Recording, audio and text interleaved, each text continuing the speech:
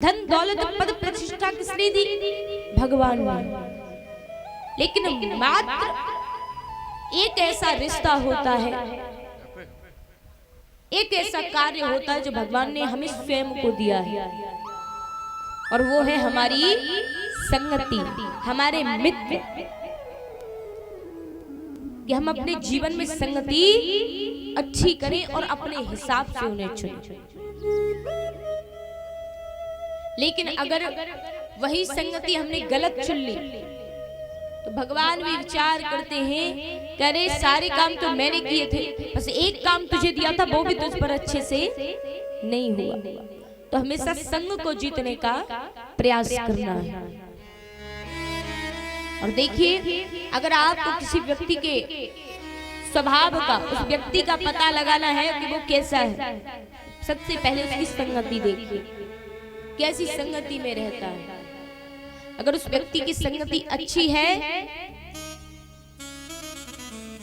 तो 99% वो व्यक्ति अच्छा ही होगा, और अगर संगति अच्छी नहीं है तो वो व्यक्ति अच्छा नहीं हो सकता।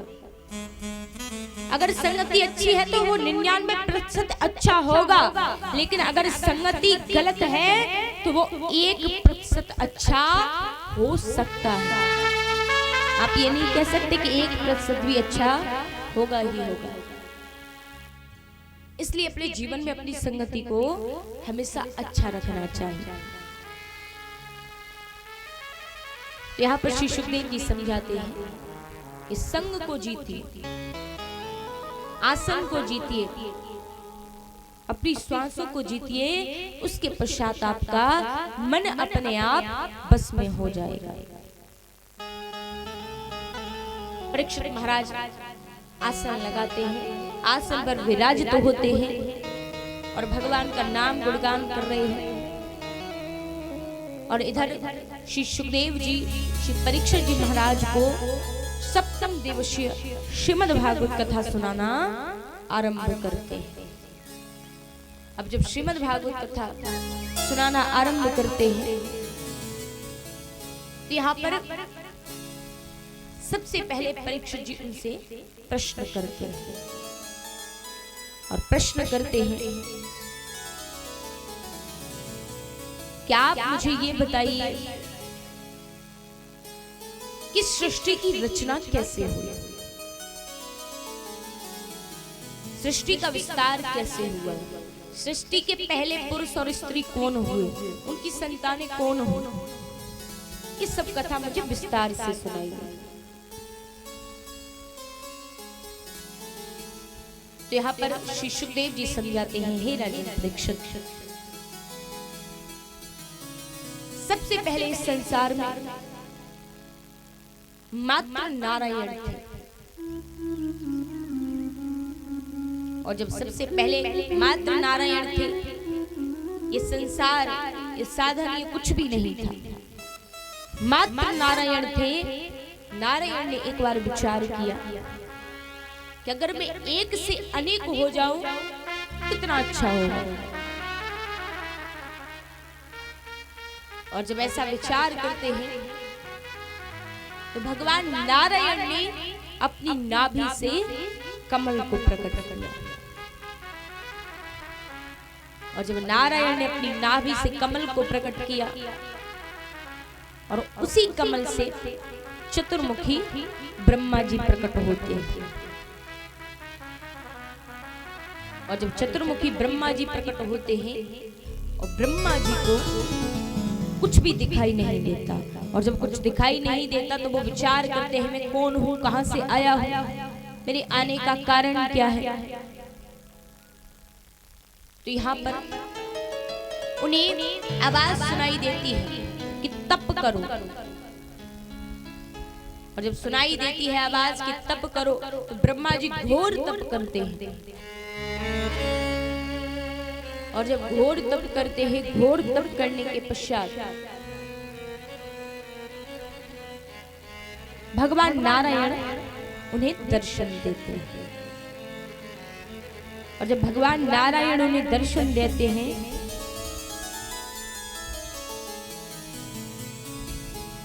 तो ब्रह्मा जी पूछते हैं कि मुझे क्यों प्रकट किया है, मेरे आने का कारण। तो यहाँ पर भगवान नारायण कहते हैं कि मैंने तुम्हें इसलिए बनाया है ताकि तुम इस सृष्टि का विस्तार कर सको। आज से मैं तुम्हें शक्तियां प्रदान करके विधाता बनाता हूं और तुम्हें सृष्टि का विस्तार करने का कार्य सौंपता हूं। और जब ऐसा कहते हैं, अब ब्रह्मा जी कहते हैं कि प्रभु क्षमा कीजिए, पर मैं ये कार्य नहीं कर सकता। बोले क्यों?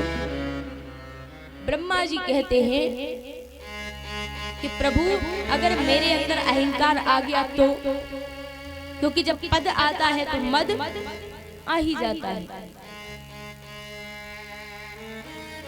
जब व्यक्ति ऊंचा बन जाता है, उसके पास धन दौलत पद प्रतिष्ठा सब कुछ होता है, तो उसके पास अहंकार आ ही जाता है।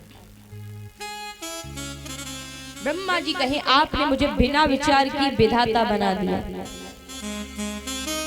मुझे विधाता बना दिया। अगर मुझे अहंकार आ गया, मैं आपको ही भूल गया तो।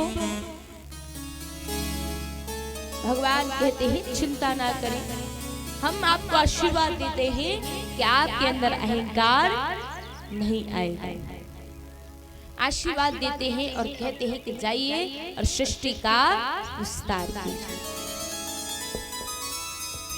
सृष्टि का विस्तार करने के लिए कहते हैं। अब उसके पश्चात ब्रह्मा जी सृष्टि का विस्तार करते हैं। जब सृष्टि का विस्तार किया, सृष्टि के लिए रचना की गई, तो सर्वप्रथम ब्रह्मा जी एक पुरुष और एक स्त्री को प्रकट करते हैं।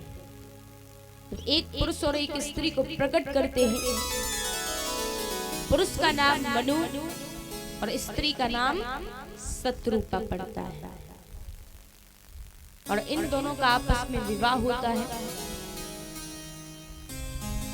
और जब आपस में विवाह होता है तो इनका वंश आगे बढ़ता है और इनके 5 संतानें होती हैं, 2 पुत्र और 3 पुत्रियां। तो पहले इनके पुत्रों के वंश की कथा श्रवण करेंगे, उसके पश्चात इनके पुत्रियों के वंश की कथा श्रवण करेंगे।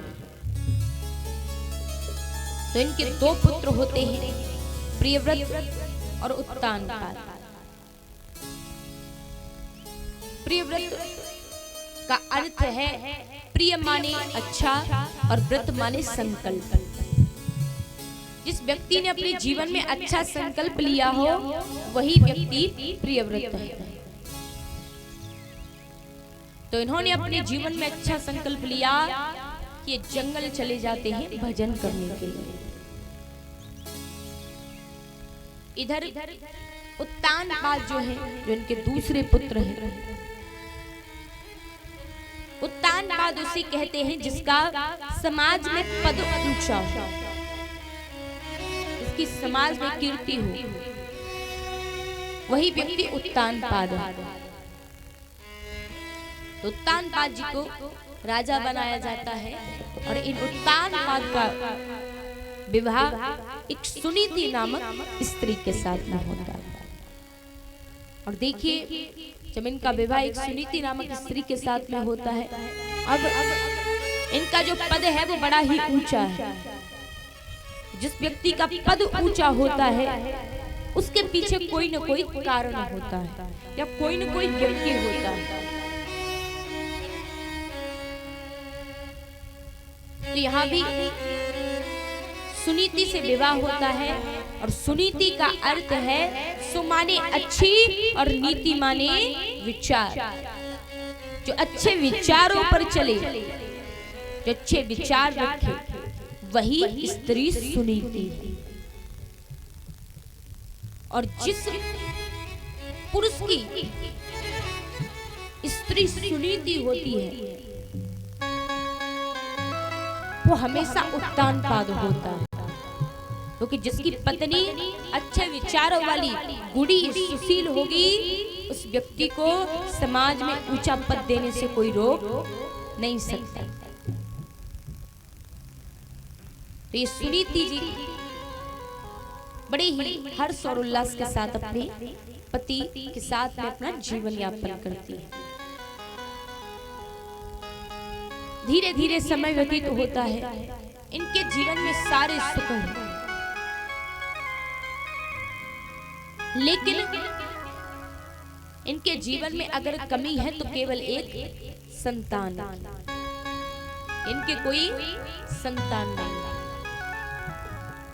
और जब इनके कोई संतान नहीं है तो प्रजा इन्हें ताने मारती है, कैसा महाराज है, अरे कैसा अभागा राजा है। अब देखिए, संसार में व्यक्तियों को लगता है कि जिस व्यक्ति के संतान नहीं है उस सारा जीवन उसका बेकार है।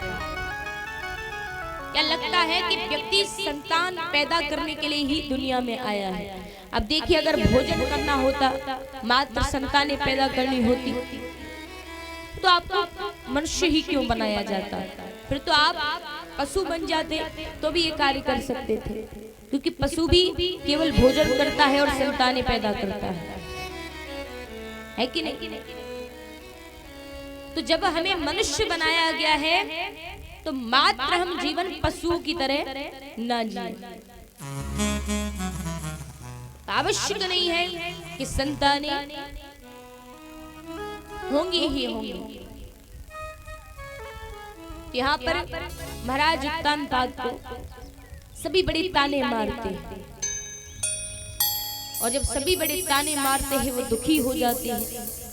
इधर ये ताने मैया सुनीति सुन लेती है, और जब मैया सुनीति सुन लेती है तो मैया सुनीति अपने पति को अपने पास बुलाती है, और अपने पास बुला करके अपने पति से कहती है कि आज मुझे आपसे कुछ मांगना है। महाराज उत्तानपाद कहते हैं, कहिए क्या मांगना है। तो सुनीति कहे, ऐसे नहीं, पहले आप मुझे वचन दीजिए कि मैं जो भी मांगूंगी आप मुझे जरूर देंगे। महाराज उत्तानपाद कहे, आज तक कुछ भी मांगने के लिए मना किया है क्या? सुनीति कहे, आज तक आपने किसी के लिए मना नहीं किया, लेकिन आज फिर भी मैं आपसे सौगंध चाहती हूँ कि आप मुझे सौगंध दें, मैं आपसे जो भी मांगूंगी आप मुझे देंगे। महाराज सौगंध देते हैं कि सुनीति, तुम जो भी मांगोगी हम तुम्हें देंगे। सौगंध ले लेती है, और सौगंध लेने के पश्चात वो अपने पति से कहती है, स्वामी मेरी आपसे एक विनती है कि आप अपना दूसरा विवाह कर लीजिए। महाराज उत्तानपाद कहते हैं, सुनीति, अरे तुम्हारी बुद्धि तो भ्रष्ट नहीं हो गई है? अरे मेरी जब एक पत्नी है तो मैं भला दूसरा विवाह क्यों करूंगा? और मेरी पत्नी में कोई अवगुण भी नहीं है,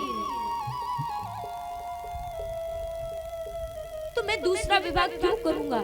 तुम मुझसे ऐसा क्यों बोल रही हो? सुनीति कहती है, स्वामी मैं जानती हूँ कि आप मुझे बहुत प्रेम करते हैं, लेकिन ये संसार है ना, इस प्रेम को नहीं समझ सकता, क्योंकि हमारे कोई संतान नहीं है।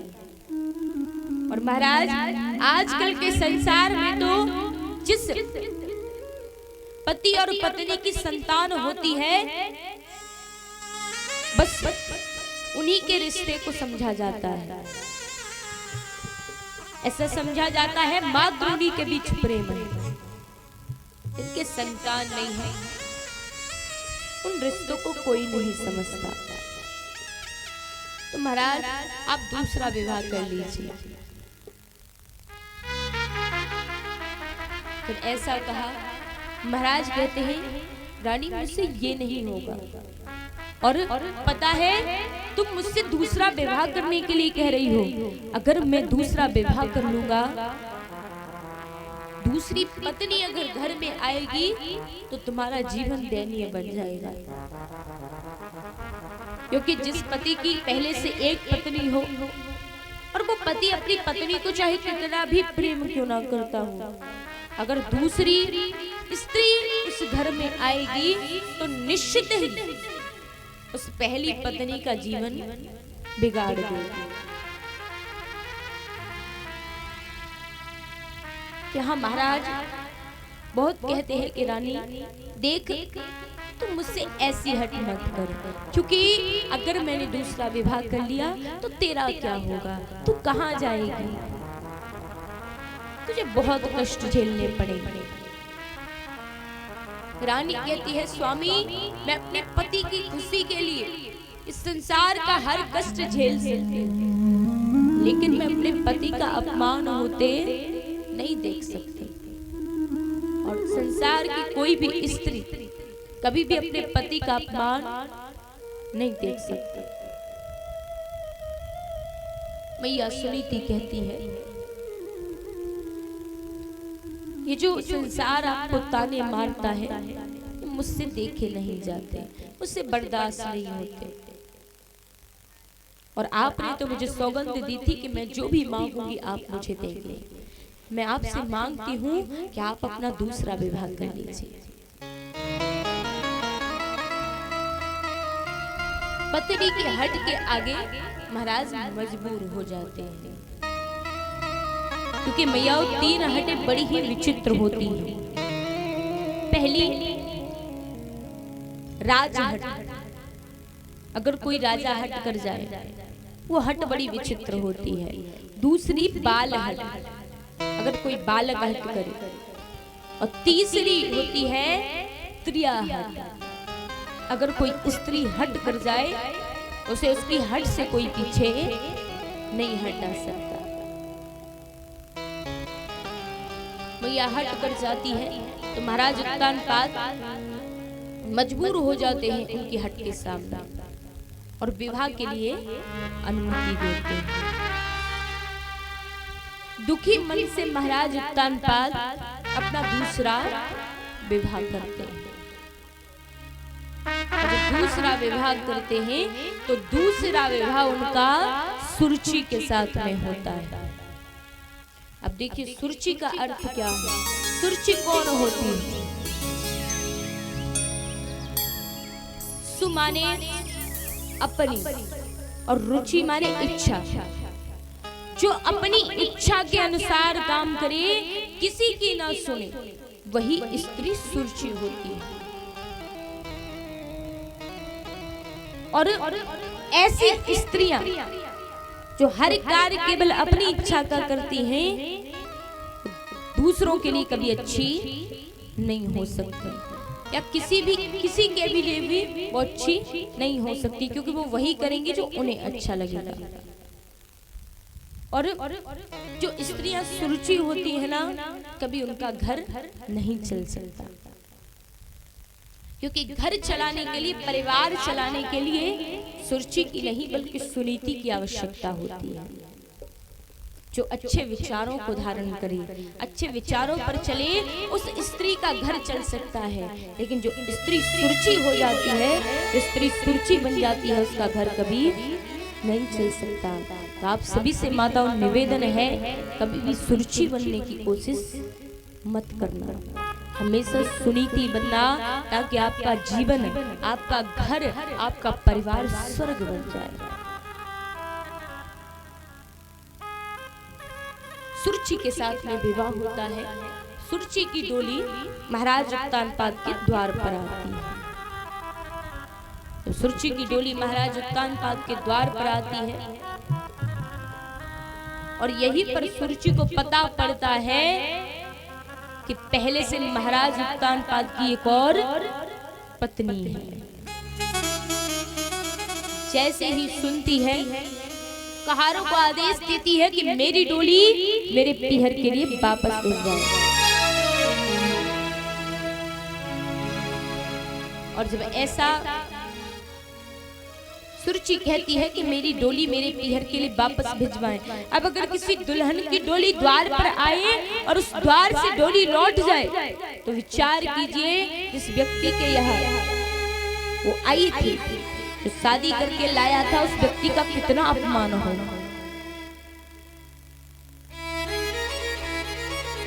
यहाँ पर जब डोली को वापस ले जाने के लिए कहती है तो कारण पूछा जाता है,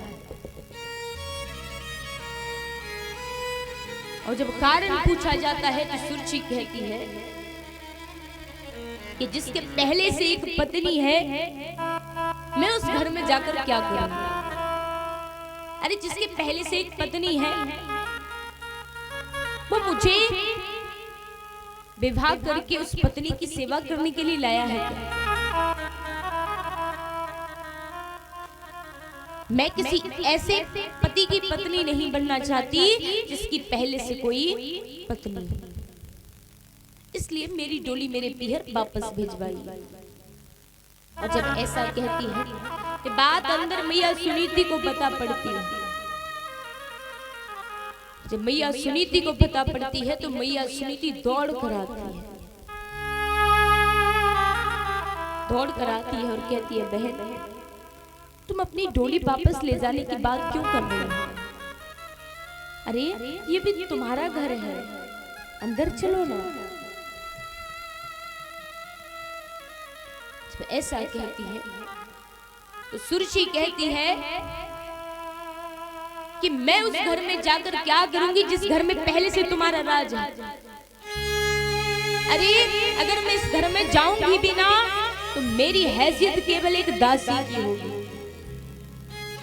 और मैं एक राजकुमारी हूँ, दासी बनकर जीवन नहीं व्यतीत कर सकती। मैया सुनीति हाथ जोड़ती है और कहती है, तुम क्यों ऐसी बातें कर रही हो? अरे तुम मेरी छोटी बहन जैसी हो, मैं तुम्हारे साथ दुर्व्यवहार कभी नहीं कर सकती। और ये घर जितना मेरा है उतना ही अब तुम्हारा भी है, इसलिए आओ और अपने घर को संभालो।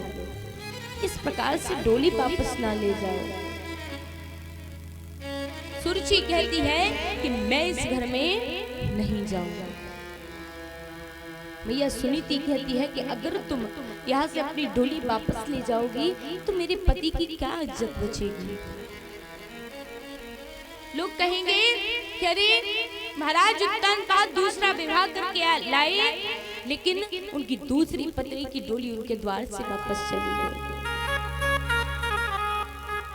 क्या इज्जत बचेगी मेरे पति की समाज में?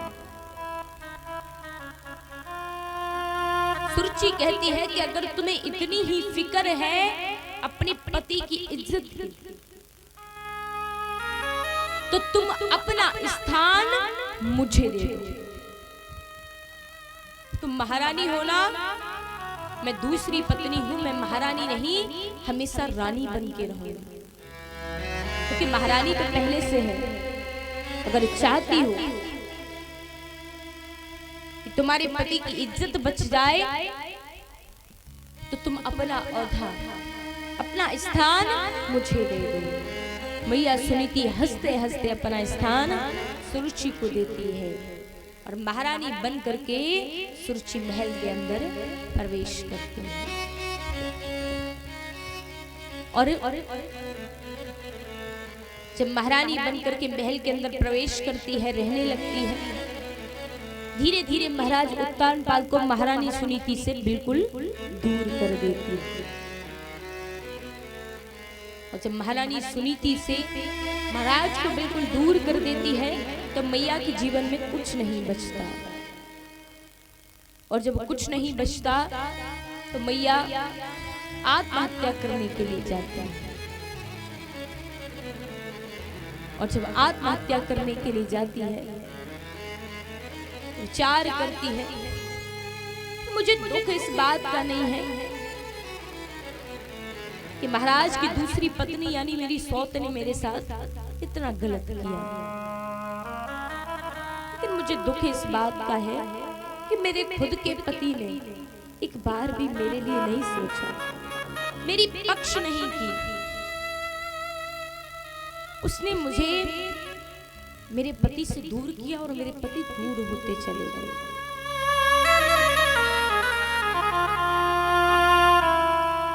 भैया रोते रोते जंगल में आत्महत्या करने जाती है। और देखिए ये बात बिल्कुल हकीकत है, कोई पराया कभी आपको दुख नहीं दे सकता, क्योंकि परायों को क्या पता कि आपको किस बात से दुख होता है, आपको किस बात से पीड़ा पहुंचती है। लेकिन जो अपने होते हैं ना, वो हमेशा दुख देते हैं, क्योंकि उन्हें पता होता है इस व्यक्ति को दुख किस बात से होता है। तो कभी भी ये परवाह मत करना कि आपको बाहर वाले दुख देंगे। अगर दुख देंगे तो आपके अपने देंगे, कष्ट देंगे तो आपके अपने देंगे। भैया सुनीति जंगल में मध्य रात्रि के समय बैठकर रोती है, विचार करती है कि अगर मेरी एक संतान होती तो मेरी जीवन की स्थिति ऐसी नहीं होती। आज मैं इस मध्य रात्रि के समय जंगल में बैठी रो रही हूँ, आत्महत्या करने आई हूँ, लेकिन मेरे पति को खबर तक नहीं है। मैया बैठकर रोती है और कहती है,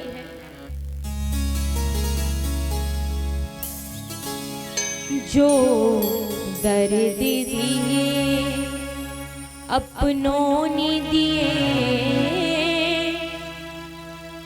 गैरों से शिकायत कौन करे। जो दर्द दिए अपनों ने दिए, से शिकायत कौन करे। जो दर्द दिए अपनों ने दिए, जो दर्द दिए अपनों ने दिए, जो दर्द दिए अपनों ने दिए, जो दर्द दिए अपनों ने दिए, गैरों से शिकायत कौन करे। जो जख्म मिले फूलों से मिले, जो जख्म मिले फूलों से मिले, कांटों से शिकायत कौन करे। जो जख्म मिले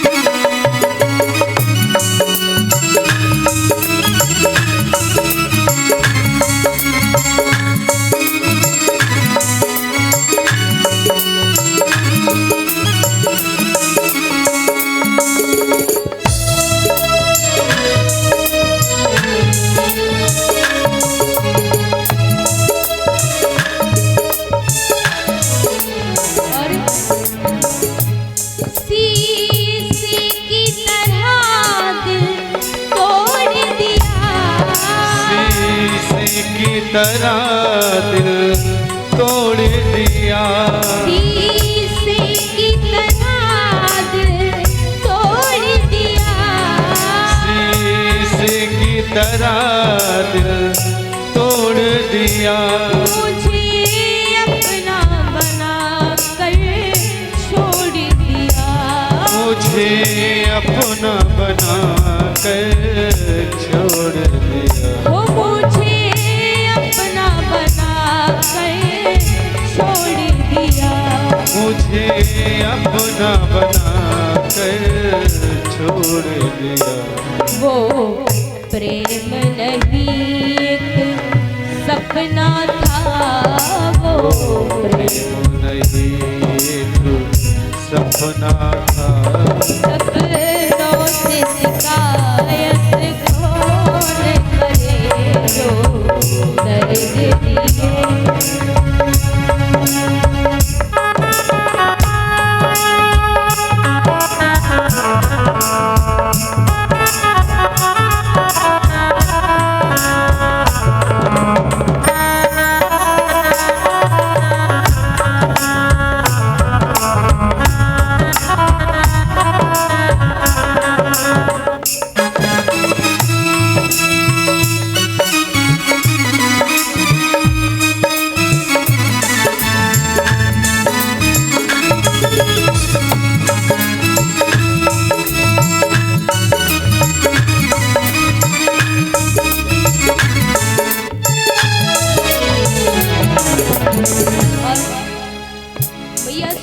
कहती है कि जो व्यक्ति मुझसे कहते थे कि चाहे कोई भी परिस्थिति हो, कोई भी स्थिति हो, लेकिन मैं कभी तुम्हारा साथ नहीं छोड़ूंगा।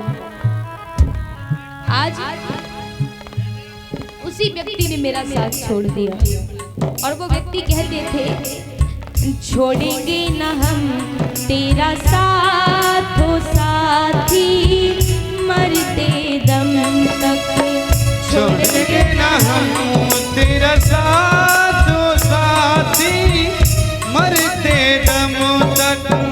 छोड़ेंगे ना हम तेरा साथ हो साथी मरते दम तक। छोड़ेंगे ना हम तेरा साथ हो साथी मरते दम तक अगले जन्म तक। मरते दम तक अगले जन्म तक। अगले जन्म क्या जन्म जन्म तक छोड़ेंगे ना हम तेरा साथ हो साथी मरते दम तक। छोड़ेंगे ना हम तेरा साथ हो साथी मरते दम तक।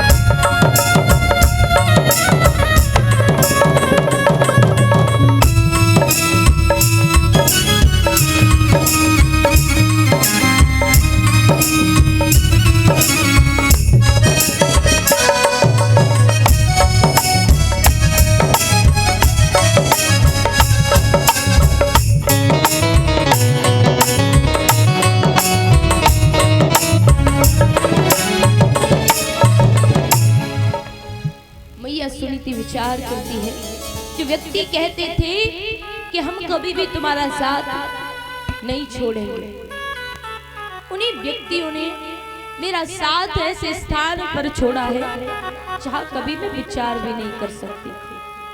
और देखिए इस संसार की सबसे बड़ी सच्चाई है कि उस स्थिति में, उस जगह पर लोग आपका साथ छोड़ेंगे जहां पर आप कभी सोच नहीं सकते। वो व्यक्ति और ऐसे स्थान पर जहां आपने कभी सोचा ना हो, आपकी जिंदगी की, आपके जीवन की सबसे दयनीय स्थिति, जब उस स्थिति में आप होते हैं और कोई आपका अपना साथ छोड़ता है, पराये आपका साथ दे या ना दे, आपको उस बात से कभी कोई अंतर नहीं पड़ेगा। लेकिन जब अपने साथ ना दे तो आपको वो बात अंदर ही अंदर बहुत पीड़ा पहुंचाएगा।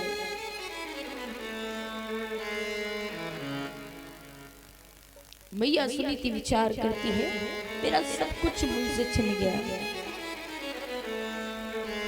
मेरा राज्य, मेरा पद, मेरे स्वयं के पति, मेरा सर्वस्व मुझसे चल गया। अब मेरे पास कुछ नहीं बचा। और जिस व्यक्ति के जीवन में कुछ बचा ही ना हो, वो व्यक्ति जी कर क्या करेगा?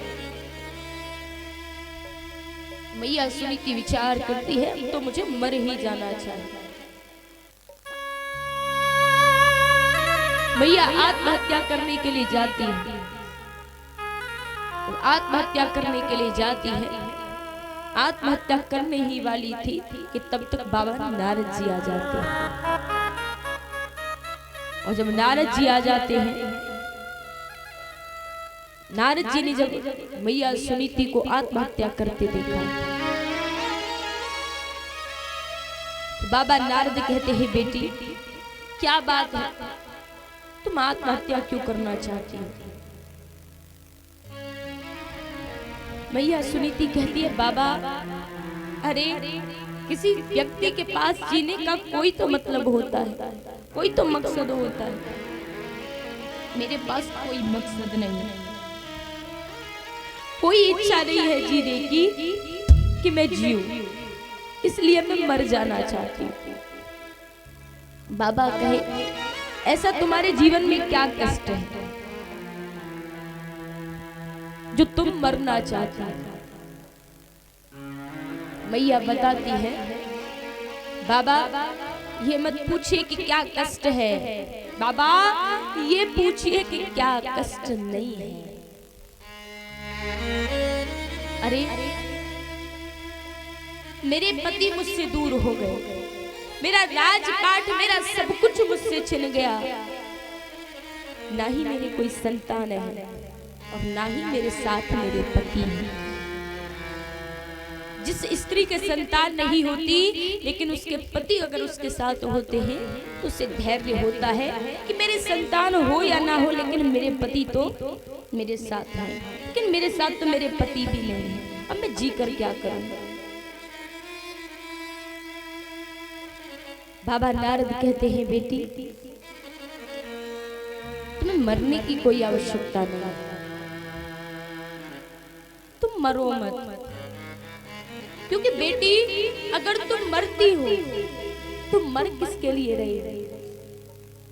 अपने उस पति के लिए जिसने तुम्हें अपनी दूसरी पत्नी के कारण छोड़ दिया, उसके लिए, या उस संतान के लिए जो संसार में आई ही नहीं, कभी तुझे मां बनने का सौभाग्य मिला ही नहीं, उस संतान के लिए, ऐसे रिश्ते नातों के लिए जिन्होंने कभी तुझे अपना समझा ही नहीं, अपना सर्वस्व देकर भी तू कभी उनकी बन नहीं पाई।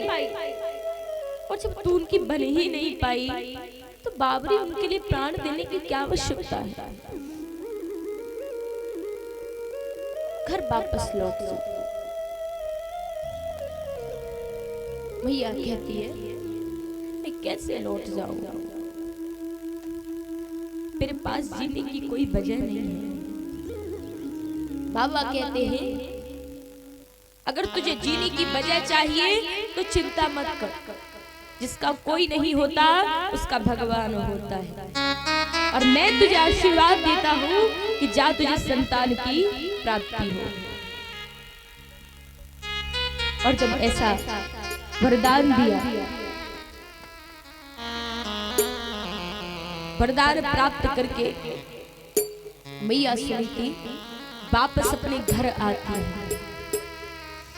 और जब वापस अपने घर आती है, घर आकर के धीरे धीरे समय व्यतीत होता है। और इधर एक दिन सुरुचि सो जाती है अपने महल में और महाराज उत्तालपाद शिकार खेलने जाते हैं।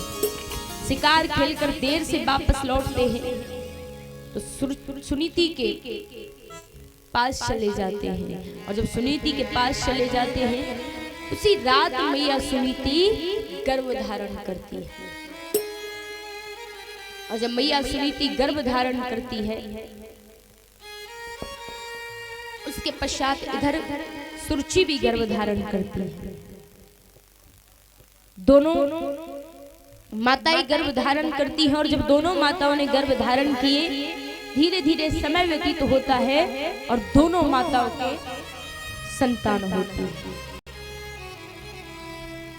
अब जब दोनों माताओं की संतान होती है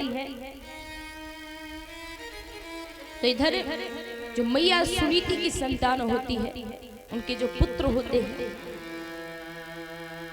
उनका नाम ध्रुव पड़ता है। और जो छोटी रानी है सुरुचि, उनके जो पुत्र होते हैं उनका नाम उत्तम पड़ता है। दोनों रानियों के संतानें होती हैं और जब दोनों रानियों की संतानें होती हैं, धीरे धीरे करके दोनों पुत्र बड़े होने लगते हैं और जब दोनों बड़े होने लगते हैं तो दोनों एक ही पाठशाला में पढ़ने जाते हैं। इधर एक बार उत्तम के साथ में ध्रुव जी आते हैं। उत्तानपाद जी ने देखा कि ध्रुव भी मेरा पुत्र है तो उन्हें सिंहासन पर बिठा देते हैं और जब उन्हें सिंहासन पर बिठा देते हैं, बात सुरुचि से सहन नहीं होती और जब सुरुचि से बात सहन नहीं होती तो अब सुरुचि आती है और ध्रुव जी को उस सिंहासन से नीचे उतार देती है। जब नीचे उतार देती है तो ध्रुव जी रोने लगते हैं। जब रोने लगते हैं तो सुरुचि कहती है कि तू जिस सिंहासन पर बैठा है वो तेरा हक नहीं है, वो तेरा अधिकार नहीं है, क्योंकि जिस सिंहासन पर तू बैठा है उस पर मेरे पुत्र उत्तम का अधिकार है। और अगर तुझे सिंहासन पर बैठना है ना तो जा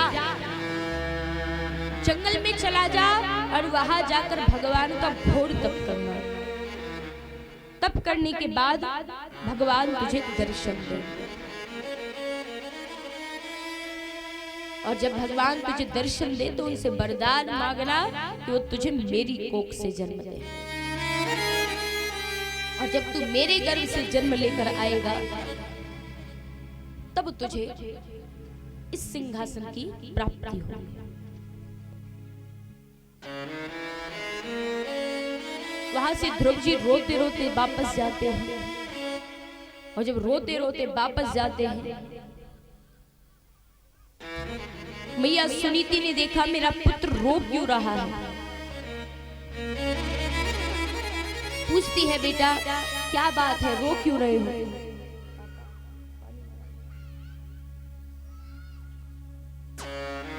और जब मैया सुनीति पूछती है बेटा रो क्यों रहे हो, ध्रुव जी कहते हैं कि मुझे सुरुचि माता ने डांट लगाई है।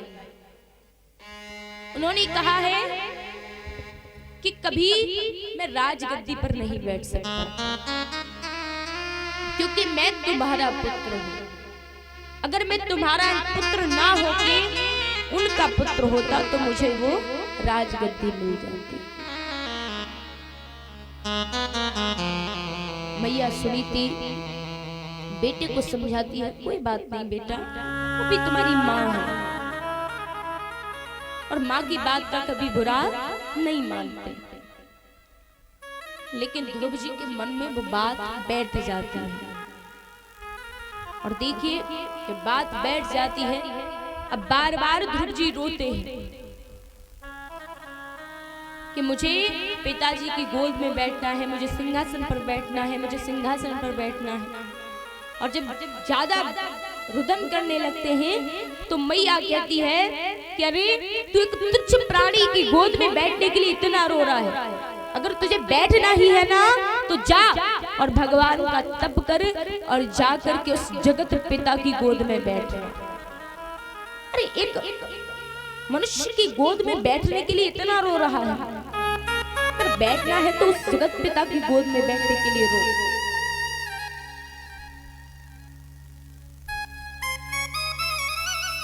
यहाँ पर ध्रुव जी रात्रि का समय होता है, लेट जाते हैं, मैया भी लेट जाती है, लेकिन ध्रुव जी के मन में वही सब बातें चल रही हैं।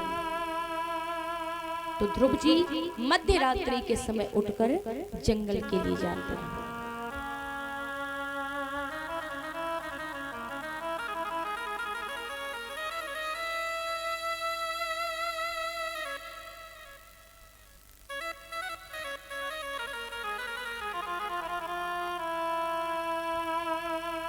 और जब ध्रुव जी उठ करके मध्य रात्रि के समय जंगल के लिए जाते हैं,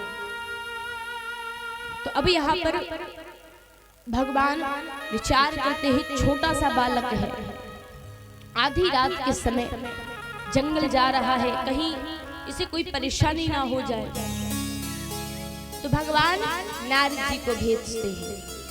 और देखिए, जब भी आप कहीं अकेले जाते हैं, आपको लगता है कि आप अकेले हैं, सबने आपका साथ छोड़ दिया है, तो कभी भी अपने आप को अकेला समझने की भूल मत करना। कभी भी ये मत सोचना कि आप अकेले हैं, क्योंकि संसार का कोई व्यक्ति आपके साथ हो ना हो, लेकिन जो वो बैठा है ना, वो एक ऐसी शक्ति है जो हमेशा हर क्षण हर पल हमारे साथ रहता है। तो कभी भी खुद को अकेला महसूस ना करें।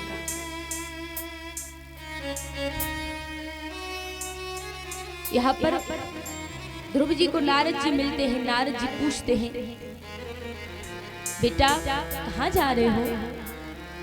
ध्रुव जी कहते मैं जंगल जा रहा हूँ। क्यों?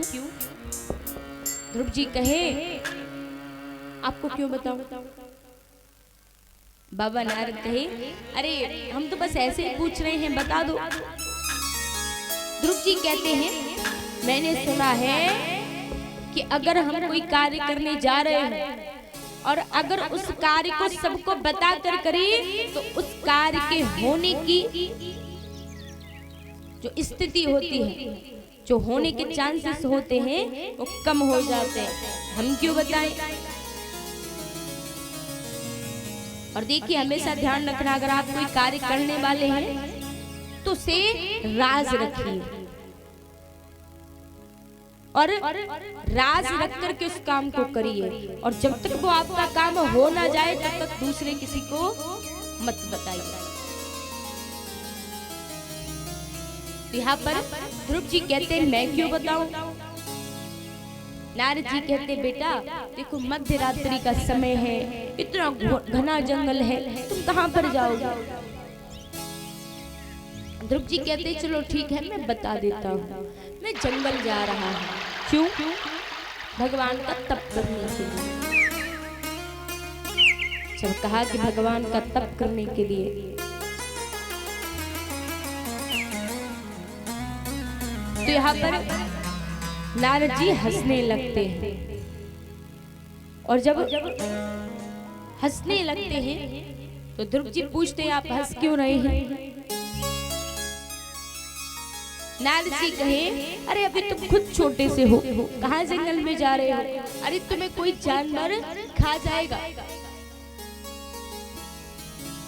ध्रुव जी कहे, ऐसे कैसे खा जाएगा? अरे जिसने हमें बनाया है, वो हमें इस प्रकार से खत्म थोड़ी होने देगा। अरे हमें लगता है, मेरी माँ कहती है कि हमें लगता है कि हम अकेले हैं, बेसहारा हैं, लेकिन जिसने फूलों की सुरक्षा के लिए कांटों को बनाया हो, जिसने फूलों की सुरक्षा के लिए कांटों को बनाया हो, वो भला हमें अकेला कैसे छोड़ सकता है? तो मैं अकेला नहीं हूं, मुझे कुछ नहीं होगा। नारद जी कहते हैं, जंगल क्यों जा रहे हो? बोले, भगवान को प्राप्त करने के लिए। नारद जी कहते हैं, बेटा आप जब थोड़े बड़े हो जाएं, तब वापस आकर भगवान की तपस्या करना, लेकिन अभी तो आप बहुत छोटे हैं, अभी वापस जाइए। ध्रुव जी कहते हैं अब मैं वापस नहीं जाऊंगा। तो अब नारद जी कहते हैं कि क्या आपने कोई गुरु बनाया है? बोले गुरु कौन होता है? अब वो गुरु का मतलब भी नहीं जानता। अच्छा, आप में से कौन कौन गुरु का मतलब जानता है? हाथ उठाना एक बार। आप में से कोई गुरु का मतलब नहीं जानता? नहीं जानते? वो माने अंधकार और वो माने प्रकाश। जो हमें अंधकार से प्रकाश की ओर ले जाते हैं वही हमारे गुरु होते हैं। नारद जी कहते आपने कोई गुरु बनाया, क्योंकि बिना गुरु के कभी भगवान की प्राप्ति नहीं हो सकती। अब ध्रुव जी कहते हैं मैंने तो कोई गुरु नहीं बनाए, अब मैं मध्य रात्रि के समय कहां से गुरु लाऊं? तो ध्रुव जी कहते हैं कि आप ऐसा करो, आप ही मेरे गुरु बन जाओ। अब तो नारद जी कहते हैं ये अच्छी बात है। अरे हमने तो केवल आपको एक मार्ग बताया था, क्या आप कहीं गलत मार्ग पर ना चले जाएं, कोई गलती ना हो जाए। आप तो हमें ही गुरु बनाने के लिए बोलने लगे। अब ध्रुव जी कहते हैं कि अभी अभी आपने कहा कि जो हमें अंधकार से प्रकाश की ओर ले जाए वही हमारा गुरु होता है। तो आपने भी तो मुझे रास्ता बताया है, मुझे अंधकार से प्रकाश की ओर अग्रसित किया है, तो आप भी तो मेरे गुरु हुए। अब तो स्वीकार कर लीजिए। नारद जी ध्रुव जी को अपना शिष्य स्वीकार करते हैं, और शिष्य स्वीकार करते हैं और उन्हें एक मंत्र देते हैं। इस मंत्र का जाप जंगल में जाकर करना। और मंत्र कौन सा दिया? मंत्र देते हैं ओम नमो भगवते वासुदेवाय नमः। जब मंत्र देते हैं, इस मंत्र को दे करके ध्रुव जी से कहते हैं कि इस मंत्र का जाप करना, तुम्हें भगवान की प्राप्ति अवश्य होगी। ये तुम्हारे गुरु का आशीर्वाद है। और दूसरी नारद जी की विशेषता कि नारद जी का दर्शन जिस व्यक्ति को हो जाए उसे भगवान का दर्शन अवश्य ही होगा। वहां से ध्रुव जी आगे बढ़ते हैं। अब देखिए ध्रुव जी को तो ऐसे गुरु मिले जिन्होंने उन्हें रास्ता बता दिया, लेकिन आज के संसार में गुरु मिलना बहुत कठिन हो गया है। कोई सच्चा गुरु नहीं मिलता। यहाँ पर किस किस के गुरु हैं? किसी ने गुरु बनाए हैं? बस एक मैया। तो देखिए आज के संसार में गुरु मिलना बहुत ही कठिन है, लेकिन गुरु के बिना हमारा तरण संभव नहीं है। जब तक हमारे गुरु नहीं होंगे तब तक भगवान से भेंट नहीं हो सकती।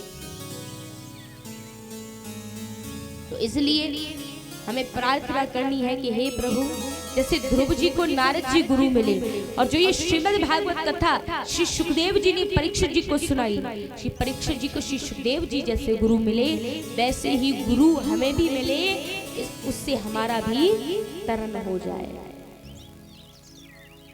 यहाँ से मंत्र दे करके नारद जी ने ध्रुव जी को जंगल भेजा। ध्रुव जी जंगल में जाकर तपस्या करते हैं, और जब तपस्या करते हैं, पहले माह में उन्होंने फल खा करके तपस्या की, द्वितीय माह में उन्होंने 15 दिनों में मात्र एक बार फलों का सेवन करते हैं, और तृतीय मास में मात्र पूरे मास में एक बार फलों का सेवन किया। चतुर्थ माह में उन्होंने केवल जल पी करके भजन किया। उसके पश्चात जब पंचम माह आरंभ होता है, तो पंचम माह में उन्होंने जल फल सबका त्याग कर दिया और अपनी श्वास को रोककर एक पांव पर दोनों हाथों को ऊपर को जोड़कर खड़े हो जाते हैं।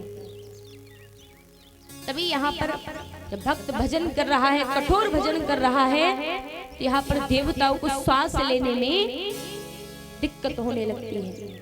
और जब श्वास लेने में परेशानी होती है, देवता प्रभु से आग्रह करते हैं कि आपका एक छोटा सा भक्त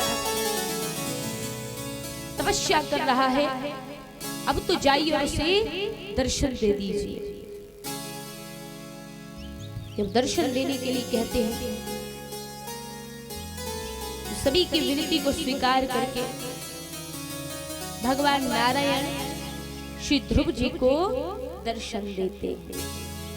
अब देखिए, आजकल के व्यक्ति कहते हैं कि हम भजन बुढ़ापे में करेंगे, कहते हैं कि नहीं? अगर आजकल बच्चों का मन थोड़ा सा कथा में लगने लगे ना, तो माताएं पास आती और कहती, बेटा कहीं हमारा बेटा बाबा ना बन जाए, या हमारी बेटी कहीं बैरागी ना हो जाए। उनको इस बात का डर है कि कहीं बच्चे बैरागी ना बन जाए, बाबा ना बन जाए, लेकिन इस बात का डर नहीं है कि कहीं क्रूर ना बन जाए, बुरे ना बन जाए। इस बात का डर नहीं है, लेकिन डर इस बात का है कि कहीं भगवान के भक्त ना बन जाए। देखिए, जो लोग कहते हैं कि बुढ़ापे में भजन करेंगे, बुढ़ापे का इंतजार मत कीजिए, क्योंकि किसी स्टाम्प पेपर पर साइन करके भगवान ने नहीं भेजा कि बुढ़ापा आएगा ही आएगा। अगर पहले ही चल बसे तो इसलिए कभी भी बुढ़ापे के लिए भजन का इंतजार नहीं करना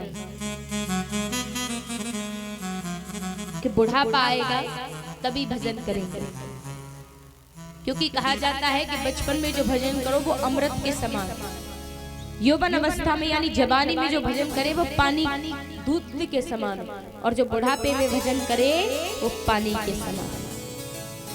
इसलिए भजन हमेशा बाल्यावस्था से करना चाहिए। और देखिए, जब ध्रुव जी ने आज जब प्रभु को प्राप्त किया, तो ध्रुव जी की आयु मात्र 5 वर्ष की है। 5 वर्ष की आयु में ध्रुव जी ने भगवान को प्राप्त कर लिया। और भगवान को प्राप्त करने के लिए आयु की आवश्यकता नहीं होती कि आपकी आयु ही बड़ी होगी तभी ही आप भगवान को प्राप्त कर पाएंगे। केवल आपके मन में भाव होना चाहिए, आपको भगवान के प्रति प्रेम होना चाहिए, और भगवान आपको मिल जाएंगे।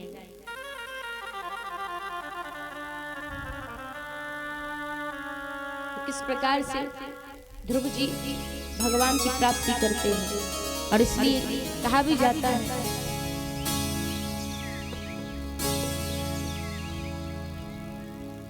कि दिल में तू श्याम नाम की,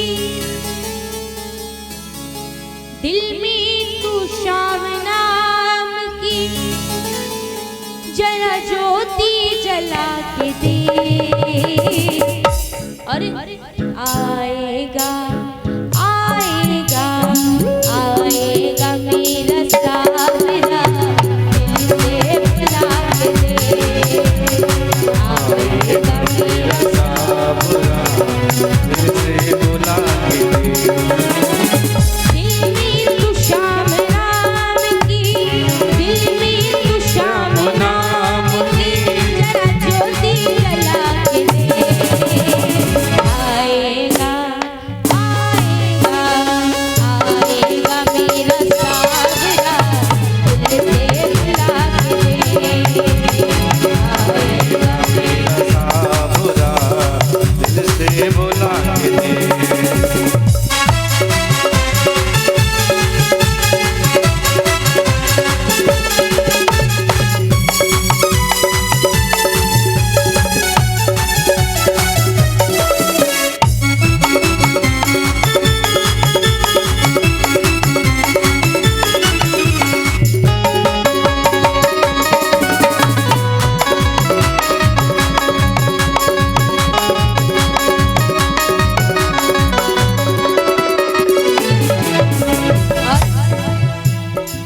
उसके पश्चात अब हृदय में भगवान के नाम की ज्योति जलानी है, और उसके पश्चात सबसे महत्वपूर्ण संसार में व्यक्ति एक चीज को मानते हैं, उस चीज क्या है? किस्मत। हर व्यक्ति किस्मत के पीछे दौड़ता है और व्यक्ति किस्मत के पीछे दौड़ता है, लेकिन अगर किस्मत की जगह दौड़ने के पीछे अगर वही व्यक्ति भगवान के पीछे दौड़ने लगे तो उसकी किस्मत भी बदल जाएगी।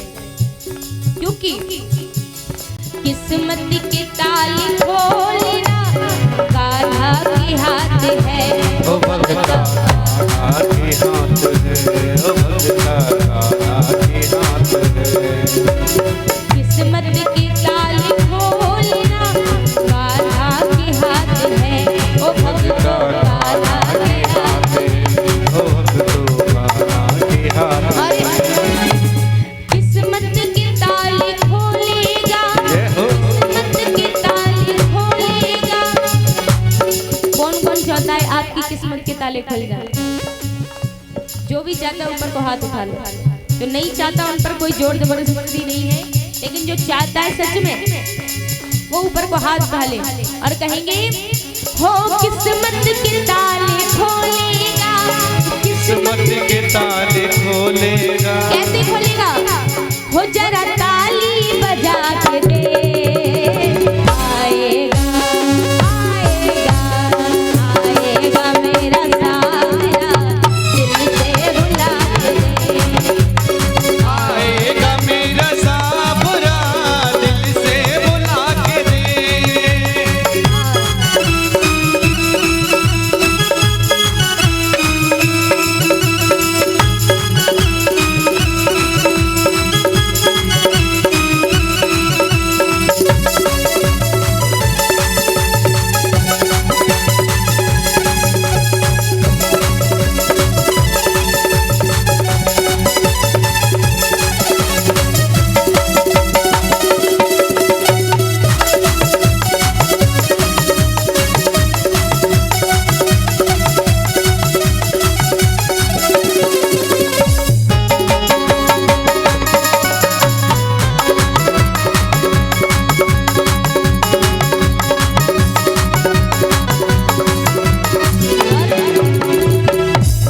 होगा असर दुआ में बोलेगी मूर्ति, ओ भगतो बोलेगी मूर्ति, हो भगतो बोलेगी मूर्ति।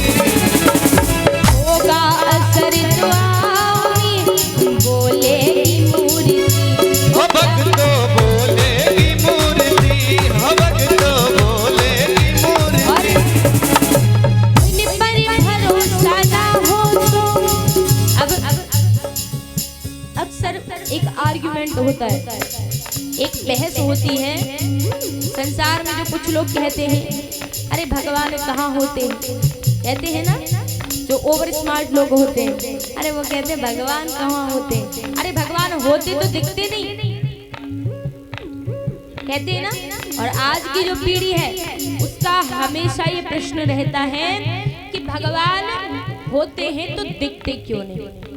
मैं आज जो लोग ये कहते हैं कि भगवान होते हैं दिखते क्यों नहीं, जो भी लोग यहाँ पर बैठे हैं और उसके पश्चात जो लाइव कथा के माध्यम से देख रहे हैं, उन सभी को बताओ कि आप लोग कहते हैं कि भगवान होते हैं तो दिखते क्यों नहीं। एक बात बताइए कि आप कभी कभी कहते हैं कि आज मैं बहुत दुखी हूँ, कहते हैं ना, और कभी कभी आप बड़े प्रसन्न होते हैं। और आप जो ये श्वास लेते हैं उसके लिए आपको ऑक्सीजन की आवश्यकता है। क्या आपको वो ऑक्सीजन दिखता है? क्या आप वायु को देख सकते हैं, हवा को देख सकते हैं? लेकिन हवा होती है, अगर हवा नहीं होगी तो आप श्वास नहीं ले पाएंगे। आप हवा को महसूस कर सकते हैं। दूसरी चीज, क्या आप कहते हैं कि आज मैं खुश हूँ या आज मैं दुखी हूँ, तो आप उस खुशी को या उस दुख को देख सकते हैं क्या? आपको खुशी या दुख दिखता है? नहीं दिखता, उसका कोई रूप नहीं है। कि ये खुशी है, ये दुख है, नहीं है, लेकिन आप उसे महसूस कर सकते हैं। और उसी प्रकार से जो परमात्मा है, जो हमारे भगवान हैं, उन्हें भी हम केवल महसूस कर सकते हैं कि वह हमारे आसपास है। तो जो लोग ये कहते हैं कि भगवान नहीं होते, कि उनके लिए उत्तर है, भगवान होते हैं लेकिन उन्हें महसूस करने की आवश्यकता है।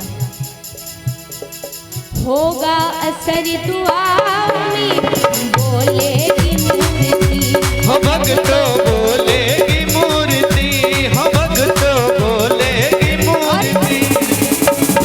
इन पर भरोसा ना हो तो, इन पर भरोसा ना हो तो, हो, इन पर भरोसा ना हो तो, इन पर भरोसा ना हो तो, इन्हें आज़मा कर दे। आएगा मेरा सावरा दिल से बुला के दे। आएगा मेरा सावरा दिल से बुला के दे।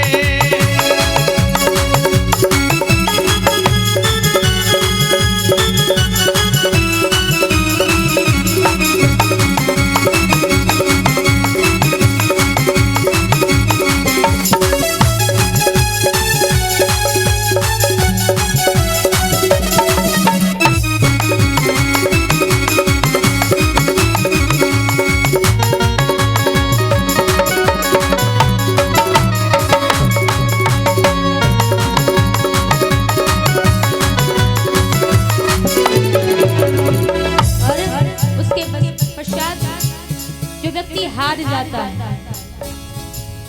और हर व्यक्ति के जीवन में एक ना एक स्थिति ऐसी आती है जब वो हार रहा होता है।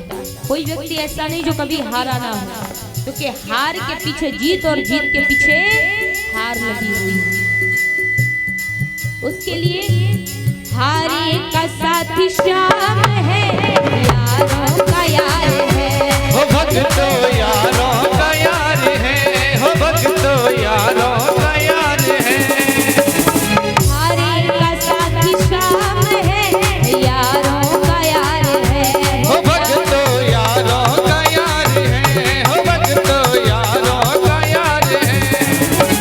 यशोदा का प्यारा लाल है, यशोदा का प्यारा लाल है, सुनता पुकार है।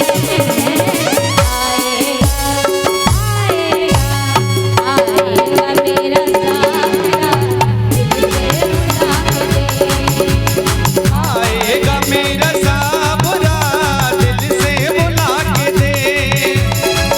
आएगा मेरा सावरा दिल से बुला के दे।